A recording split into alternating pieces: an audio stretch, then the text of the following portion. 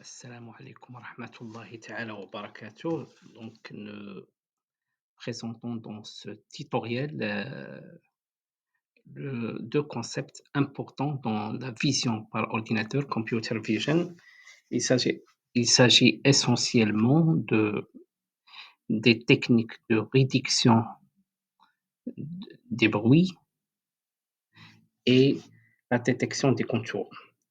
Bon, donc en utilisant bien sûr la librairie OpenCV Python. Donc ici, c'est smoothing and blurring. Donc, je rappelle que le bruit n'est autre que le bruit d'une image peut induire une erreur. Donc, des pixels aux valeurs aberrantes provoquent des forts changements d'intensité alors qu'ils n'appartiennent à aucun contour. C'est pour cela qu'il faut éliminer d'abord le bruit. Donc, l'image doit donc être débruitée avec un filtre adapté. Donc, nous allons présenter, exposer ici un ensemble de, de méthodes qui permettent de supprimer le bruit. Donc, euh, donc, et la deuxième partie, ça sera consacré à la détection des contours. Donc, un contour se matérialise par une rupture d'intensité dans l'image suivant une direction donnée. Donc, d'abord, on va importer la librairie OpenCV. Ici, importer NumPy, qui est une librairie de calcul scientifique. Donc, on va lancer notre webcam. Donc, le chiffre 0 correspond, si vous voulez, à notre webcam interne. Donc, cette méthode video capture retourne une variable cap. Euh, euh, on va, c'est-à-dire, cette variable-là sera stockée dans la variable cap. Donc ensuite, on sait que un vidéo correspond à une séquence d'images.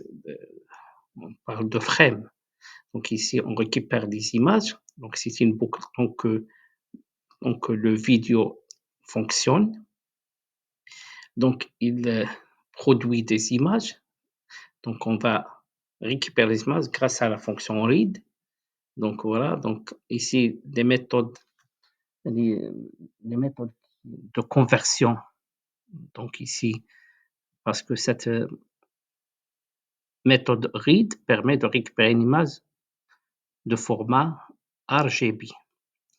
Donc si on veut convertir cette image en niveau gris, on utilise cette méthode-là, CVT Color et ce paramètre-là. Bon, il y a l'autre conversion dans l'espace, conversion dans l'espace HSV. Donc, c'est Hue Saturation Value ou HSV. Hue Saturation Brightness. Donc, c'est la teinte, saturation, valeur. Donc, cet espace de couleur HSV contient la teinte, la saturation et la valeur. Donc, la teinte est, et c'est la teinte, est codée suivant l'angle qui lui correspond sur le cercle des couleurs. Par exemple, le rouge, c'est 0 ou 360 degrés, le vert, c'est 120 degrés, et le bleu, 240. La saturation, deuxième, la saturation représente l'intensité de la couleur. Il varie entre 0 à 100%. Et donc, plus la saturation d'une couleur est faible, plus l'image sera grisée et plus il apparaîtra fade. Donc, le troisième paramètre, c'est V, c'est la valeur. là, correspond à la brillance de la couleur. Donc, il varie de la même façon de 0 à 100%. Plus la valeur d'une couleur est faible, plus la couleur est sombre. Voilà pour les méthodes de conversion. Ça, c'est au niveau gris. Et ça, dans l'espace HSV. Bon, donc ensuite, voilà, ici, nous présentons des méthodes qui permettent de réduire ou supprimer le bruit, parce que, bon, parce que le bruit, normalement, ça peut, euh, pourrait, pourrait potentiellement induire des erreurs. Donc, c'est pour ça qu'il faut donc les pixels, il faut éliminer les valeurs aberrantes, les pixels aux valeurs aberrantes. Donc, provoque, si vous voulez, des forts changements d'intensité alors qu'il n'appartient à aucun contour. Donc, il faut lisser des bruités d'image. Bon, donc il y a, ici, on va exposer les quatre méthodes, les quatre principes, les quatre principales méthodes. Il s'agit de blur, average blurring, median blur, Gaussian blur, Gaussian blurring et bilateral filter blurring. Bilateral filter. Donc ici, par exemple, celui-là, c'est average blurring. Donc le kernel, donc on va superposer, si vous voulez, une matrice de taille 3,3 à l'image. Donc, le kernel, en général, c'est de taille impaire. Bon, par exemple, je prends celui-là. Donc ici, median, median blurring.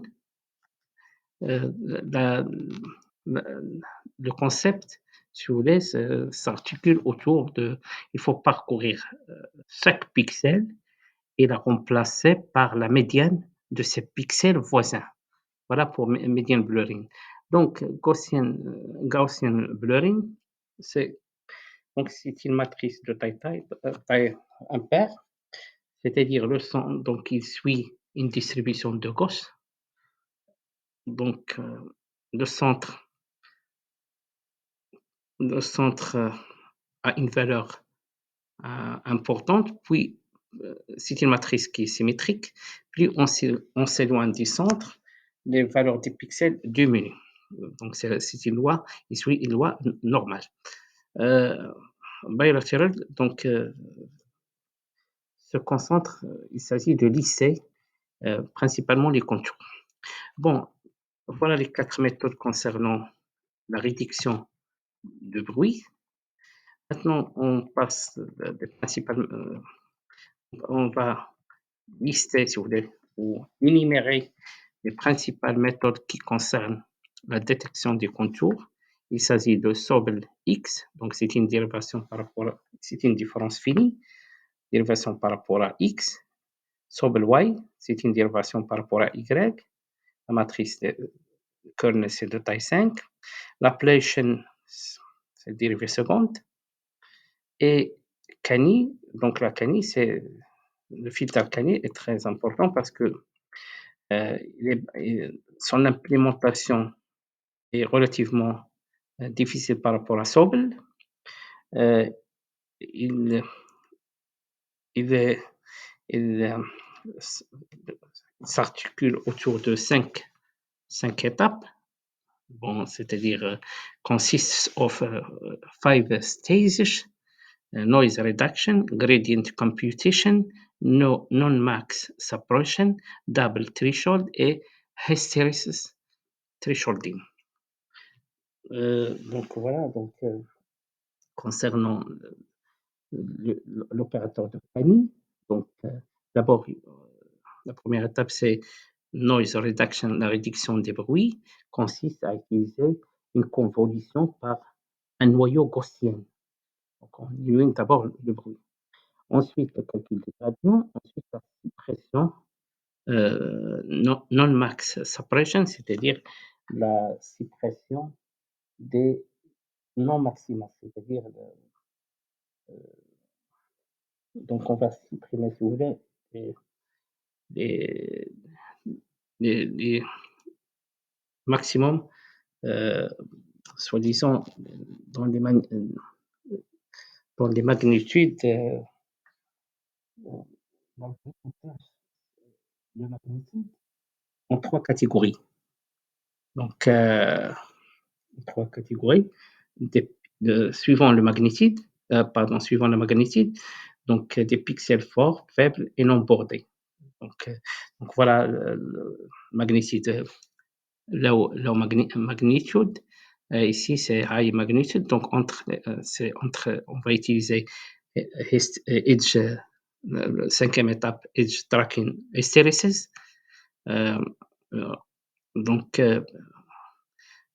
si une valeur inférieure à 100, donc c'est un pixel qui ne va pas être considéré comme point du contour.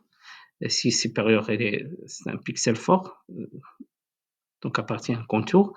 Et entre les deux, on va utiliser la cinquième étape qui consiste à utiliser Edge Tracking Hysteresis. Donc voilà le double threshold. Donc voilà les quatre principales méthodes qui permettent de détecter, si vous voulez, la détection de contours. Donc, pourquoi on utilise la détection de contours? Tout simplement parce que ça va servir à reconnaître des objets présents dans une scène. Donc, il permet de reconnaître des objets présents dans une scène, à différencier des zones de l'image à travers la segmentation de l'image et extraire des informations pertinentes qui permettent de caractériser l'image. Donc voilà les quatre principales méthodes. Donc dans ce tutoriel, nous avons exposé quatre méthodes qui permettent de détecter avec les principaux paramètres. Donc ici, il faut ajuster les paramètres. Donc généralement, on utilise les méta-heuristiques pour détecter les bons paramètres à utiliser pour reconnaître des objets présents dans une scène. Donc ici, donc les quatre principales méthodes qui permettent de décrire la détection des contours, c'est-à-dire caractériser les objets présents dans une scène. Et ici, c'est la réduction de bruit, c'est les quatre méthodes: average blurring, median blurring, Gaussian blurring et bilateral blurring. Bon, voilà, donc il s'agit de l'affichage. La dernière partie, c'est la partie affichage. Donc, on va afficher quatre vidéos concernant noise reduction et quatre vidéos concernant edge detection. Donc, ici, l'affichage concernant la réduction des bruits. Donc, il y a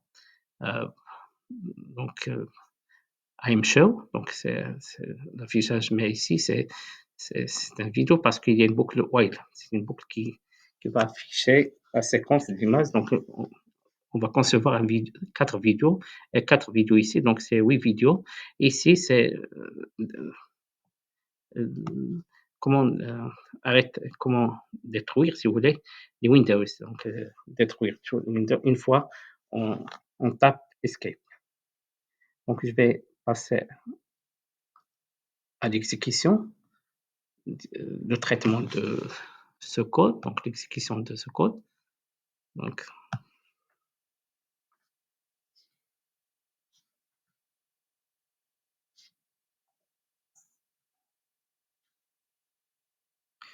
voilà, donc ici c'est Kani.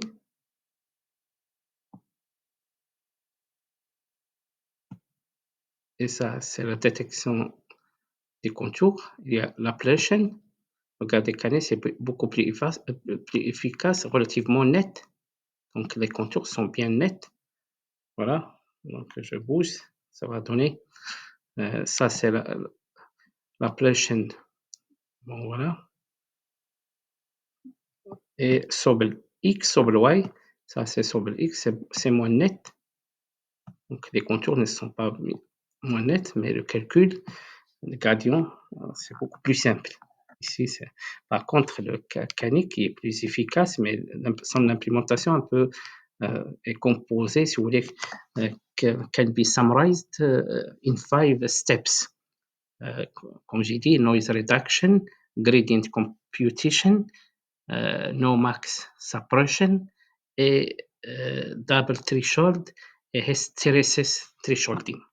Bon, donc voilà pour les 4 concernant la détection des contours, Kani, ablation, sobre X, sobre Y. Maintenant, je passe l'affichage